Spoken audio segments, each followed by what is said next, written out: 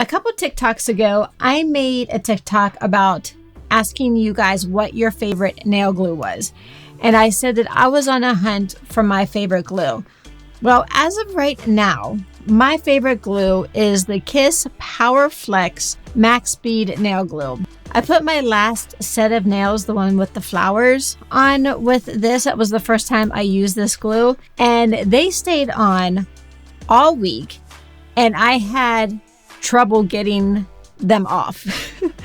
I could have probably gotten another week out of those nails, except I filed the tip of the colored nails and they were white base. So the tips of my nail color were coming off. So I would say if you're looking for a stronghold nail glue, to check out this Kiss. As of right now, in my opinion, this is the strongest nail glue that I have come across and is my favorite right now.